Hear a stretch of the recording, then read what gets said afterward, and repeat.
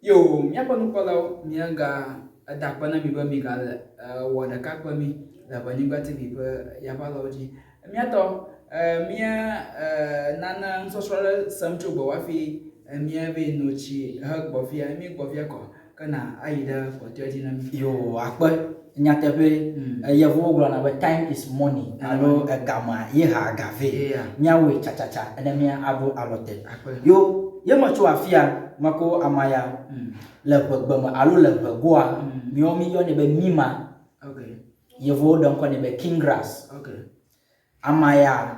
apa le po supo. Tamali poplie ne amare anyigba tonui. Alo ahon tamade wonya adifanya. Alo amade du adia. Amaya ko to jiga nala. Okay. Pata kwa akwena ma wadu. Yeah.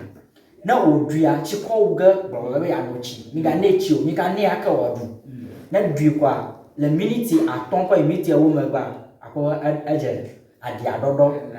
no nye do dua ega no edem na make ni mo na be breast cancer nya da do ba no do ma aba ama alo akọ cheche ya ikenye sekoko a edigara go so sore mo atui bla jala yibo na ozubo wala ma da nwa ra oyi ko jo o do amare ko ba tumo ma gagamre no ma ne kwa na lechi kwa ne no shimdi ano shimdi kwa ajo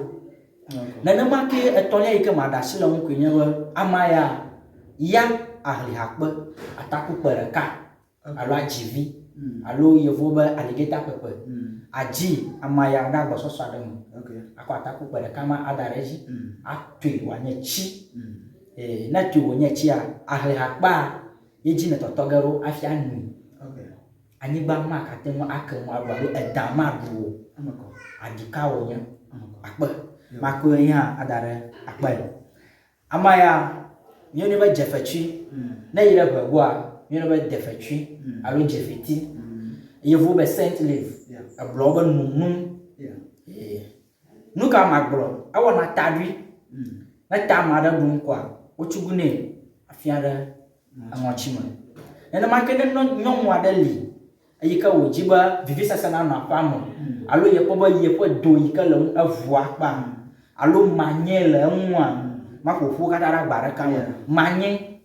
plo ba nyomo na nia na vivisa sana na pamo kwa aji amaya dagbo sosore mo akore example yika yevo ba chimba ko aji na aji kore mo kwa aje akuto nyapa tagbaje ye na shi jagara ma akwa shi horeka akoreji ada echi ofie nwie akokoreji kwa nyomo ana demu le dokun anu dada jiji atavo kwa anu nyire example anu atwa avo na ropi le example anu le miti aton ko do minute bla ton ma yito akoba na mejo akpomu yika agalemu akode echi anu na make le manyema pa akpaji a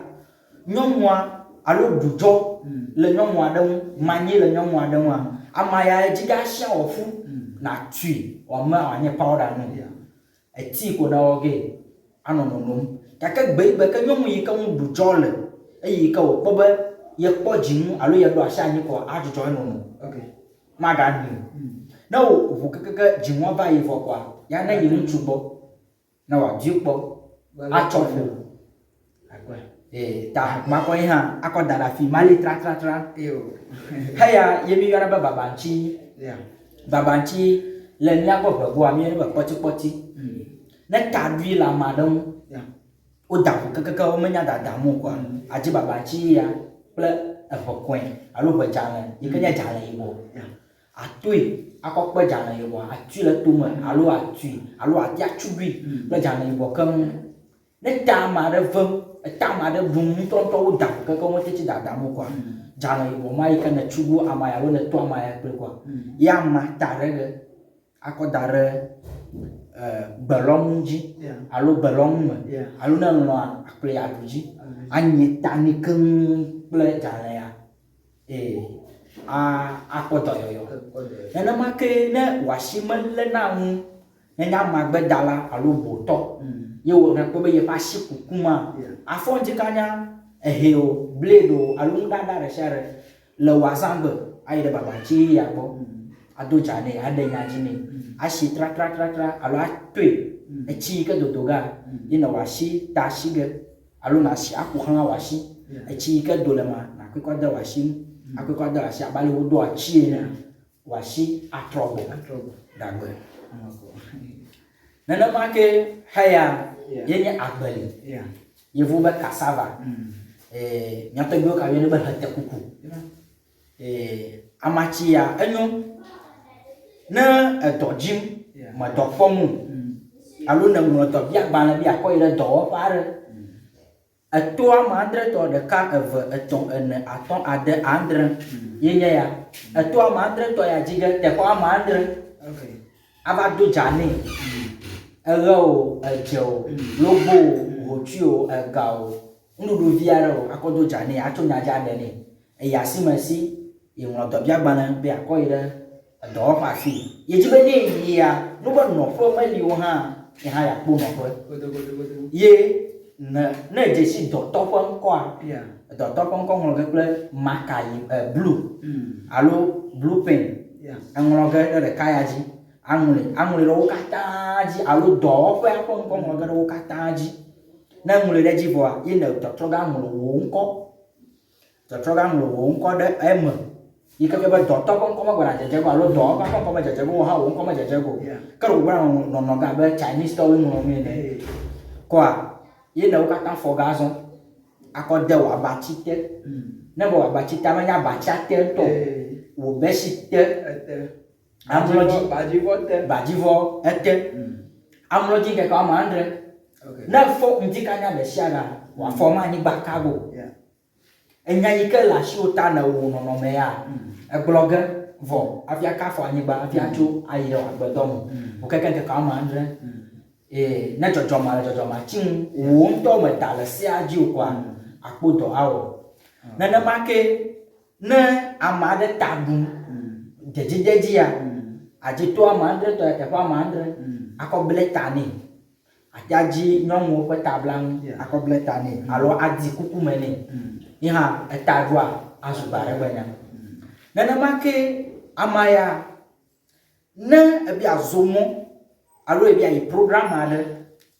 ini majiba ngodo na toyo alo majiba di do na toyo o ba disturb alo wa agbon mu na yo wa ejiba ya kpo mu akata wa so de ale ye jim kwa eto ama 100 toya ejiga de ka ejiga ale akoda ogodi ma ale aga ko de ka ada ogodi ma le magba ha na ma afia yi o mososo ji alo aida o afika na bia yi okay na mama ache ayo makwe ado ala terapia ayo na mai akpa ayo akpa miato ngloze gomada miata kono ba afiang de kava ton yomi mia kada jibe nyambe ka akpo wona ya ha mia akpo chodu nya de lema owe ba wonyo akpa mia wele agbodo jilo yo mia bono kola mia atrobo mia to bon ko ma mia se gba mia le mia to nugulosa komanda pa agbasama ike mia da pana madasha de ikana wo de kakpa mi choko mo de jabasa de nu afia ke mia tan akọ wona akọ kuchulwe yima akpam ka mia kwe kucho ayi mi tojia mia trogbo va mia to nugulosa komanda pa agbasama pa susube na anyara da galia na mia ate adajineko mia ase nkonye nya avudra abelu ganako anyenya maika doku dona wona na mi magasa nyankowa kama baba amen ralo ai saba